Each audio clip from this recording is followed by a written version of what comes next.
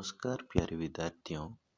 आज अपन मापक तथा मापक के रूप के बारे में पढ़ेंगे। मापक किसको कहते हैं? मापक को ही अपन मापनी कहते हैं। मापनी, आपको ये ध्यान रखना है कि मापक किसको कहेंगे अपन। मापक होता है वो मानचित्र की दूरी तथा धरातल के बीच स्थानों की दूरी के बीच के अनुपात को मापक कहते हैं। मापक, आपको ये ध्यान रखना है कि मानचित्र की दूरी तथा धरातल की दूरी के बीच का एक अनुपात होता है। मानचित्र की दूरी को अपन प्रदर्शित दूरी भी कह सकते हैं और धरातल की दूरी को अपन वास्तविक दूरी भी कह सकते हैं।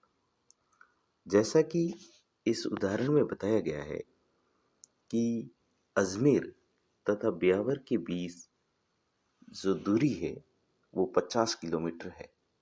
इसको अपन एक पैमाने के रूप में लेते हैं तो मानचित्र की दूरी को 1 सेंटीमीटर दर्शा सकते हैं तथा धरातल की दूरी को अपन 50 किलोमीटर दर्शा सकते हैं। अर्थात जो आप बड़े धरातल को देखते हैं, जैसे भारत का मैप है, इतना बड़ा क्षेत्रफल है, फिर भी अपन उसको मानचित्र पर दर्शा सकते हैं। ये सब मापन के जरिए ही होता है। एक अपने फोटो का ही उदाहरण ले सकते हैं। अपन एक कैमरे के जरिए फोटो खिंचवाते हैं, इतना बड़ा अपना शरीर होता है, उसी का ही बॉडी का है वो छोटा रूप करके अपने को दिया जाता है और उसको अपन वास्तविक रूप से पहचान लेते हैं कि ये वही वस्तु है।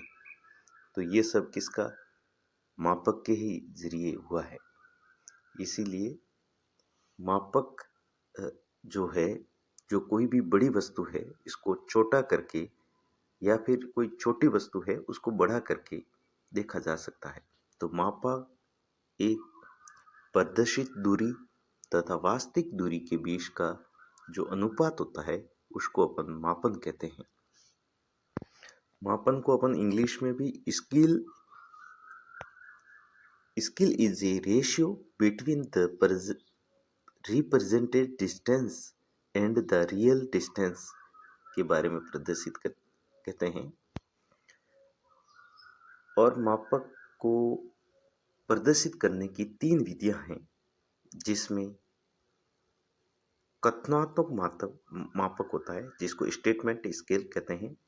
प्रदर्शित भिन्न मापक होता है जिसको रिप्रेजेंटेटिव फ्रैक्शन कहते हैं, जिसको आरएफ कह सकते हैं। और एक रेखीय मापक होता है जिसको लाइनर स्केल कहते हैं।